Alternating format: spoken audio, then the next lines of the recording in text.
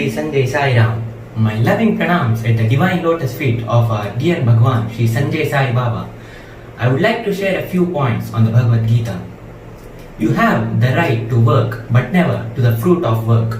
You should never get engaged into any action for the sake of reward, nor should you long for inaction. Karma karo, phal ki chinta mat karo is the wisest message given in the Bhagwat Gita. Today we all are working only for money, car, better house and a well-secured future. We are so goal-driven that we do everything only for the result. For instance, we all work extra hours during appraisal so as to impress our bosses, and we can be rated high on the performance evaluation. This should be avoided. If expectations are not met, pain is inevitable. Therefore, keep working but don't expect anything in return. Thank you. Jai Sai Ram. Om Shri Sai Ram. Loving salutations at the divine lotus feet of our Bhagwan Shri Sanjay Sai Baba. I am Nasha sharing from Bhagwat Gita some key points. There is neither this world nor the world beyond, nor happiness for the ones who doubt. Doubt comes from poor learning and the inability to construct knowledge. It disappears if one constructs knowledge. Doubt creates misunderstanding. They confuse you and fog your mind with unclear thoughts. They also bring indecisiveness and make you a coward. For an instance, if you have a relationship and you have doubts about your partner's loyalty and love, then you will never be able to take your relationship further. Love has no doubt, but if it does, it is not love. Thank you.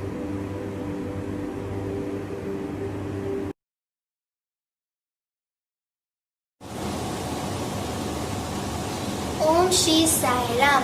My loving pranams at the divine lotus feet of my God and Guru's Bhagwan Shri Sanjay Sai Baba. Today I am going to present a small note from Bhagavad Gita. Anger, greed and lust are the three gateways to self-destructive hell. Trividam narakasedham dvaram nashamatmanaha kama krodastata lobha tasmadetam trayam tvajit. Shri Krishna labels these three aspects as the gateways of hell. These are the root cause of every single problem in human life. Here, hell signifies self-destruction.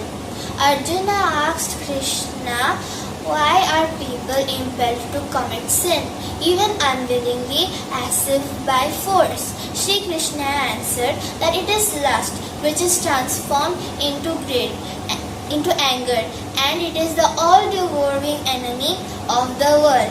Greed is also a transformation of lust. Together, anger, lust and greed form the foundation where other demonic vices develop.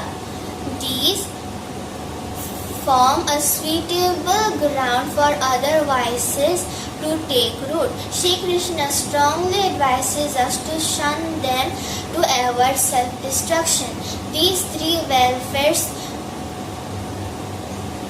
should tread on these three and to avoid from their own personalities.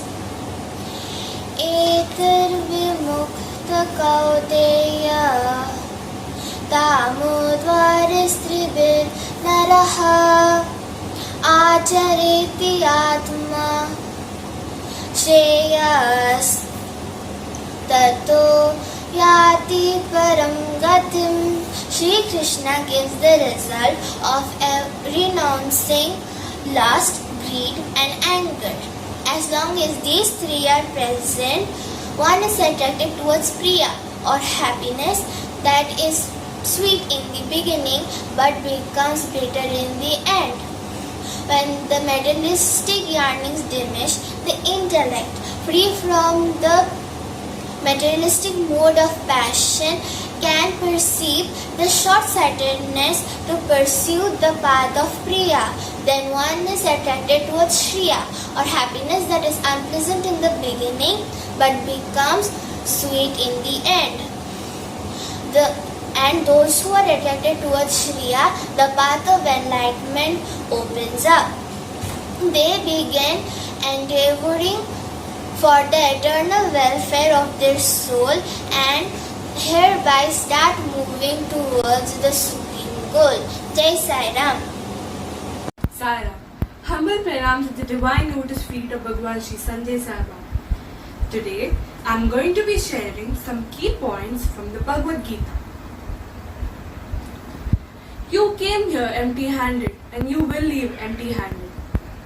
Vihai kamanyah sarvan pumanscharati nihispriha nirmamo nirahamkara sa shanti madhigachati.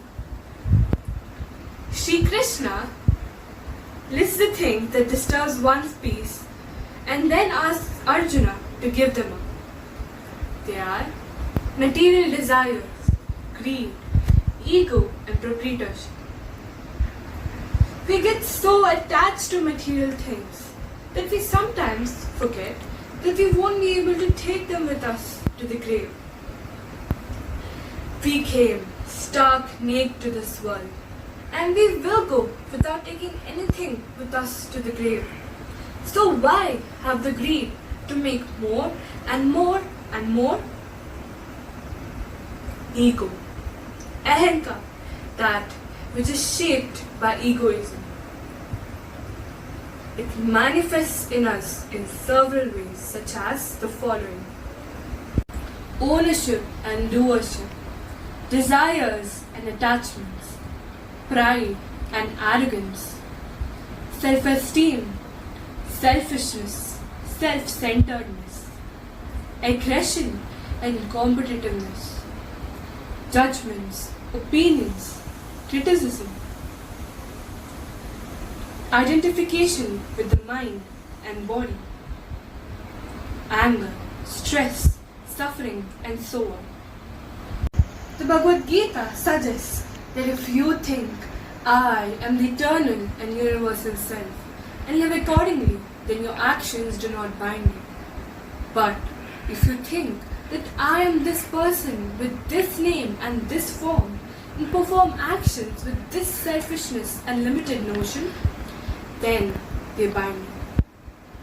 Therefore, it is better to stabilize your identity in the universal self rather than in the limited self.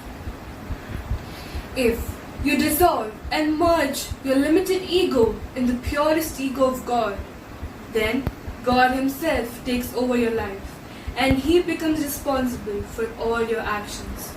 Everything else becomes meaningless. Om Shri Sai Ram. Humble salutations at the divine lotus feet of our dearest Bhagwan Shri Sanjay Sai Baba. Today, I am here to share some key points on Bhagavad Gita. The soul is not born, nor does it die. It did not spring from somewhere and nothing sprang from it. The soul is unborn, immortal, eternal and ageless. It does not get destroyed when the body gets destroyed. न जायते म्रियते वा कदाचि नायं भूत्वा भविता वा न भूयः अजो नित्यः शाश्वतो अयं पुराणो न हन्यते हन्यमाने शरीरे. The soul is glorious, unborn, deathless, free from old age, immortal and fearless. Nothing can be achieved if fear is instilled within our hearts.